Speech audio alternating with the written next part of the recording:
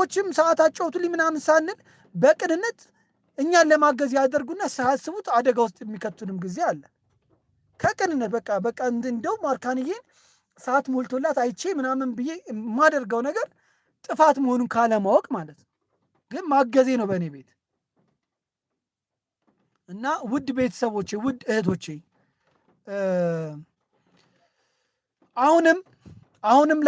አሁንም በቅርብ ከዚህ አሁን ካለንበት ወደፊት በጣም አዳዲስ ነገሮች ይመጣሉ።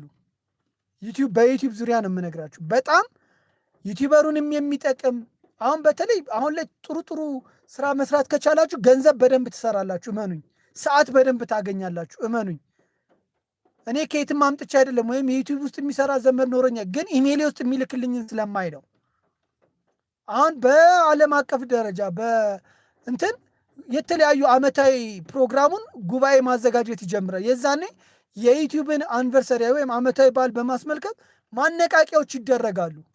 ማነቃቂያዎች መደረግ ብቻ ሳይሆን ህጎችም አዳዲስ ነገሮችም ዓመታዊ በዓላቸው አስመልክቶ ያወጣሉ። ህጉን የሚያጠብቅም ሊሆን ይችላል። እንደ ባለፈው እንግዲህ አምና ታስታውሱ እንደሆነ ወደ 25 ህግ ሊወጣ ይችላል ብለን ተናግረን ነበረ። ማስ ፕሮዳክሽን የሚባል ነገር አለ። እሱ ሌላ ቀን በሰፊው ስለ ማስ ፕሮዳክሽን እነግራቸዋለሁ።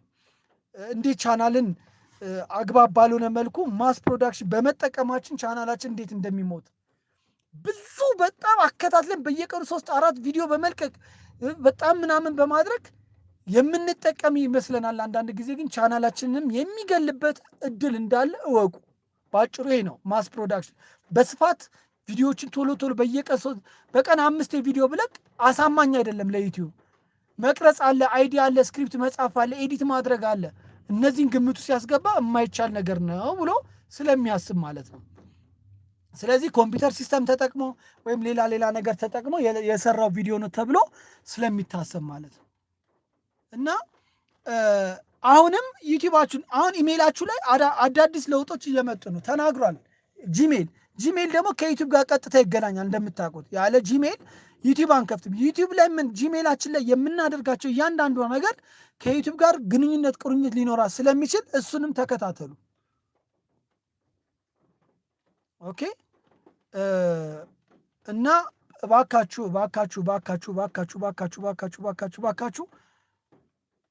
ለራሳችሁም ጊዜ ስጡ። ምን አዲስ ነገር መጣ የሚለውንም ለማወቅ ጊዜ ስጡ። ምን ችግር አለው? 3 ሰዓት ላይፍ ከምትቀመጡ 2 ሰዓት ከ50 ደቂቃ ላይፍ ተቀምጣችሁ 10 ደቂቃዋን አዳዲስ ነገር ስለመምጣቱ ለማንበብ ለመረዳት ብትሞክሩ ምንድን ነው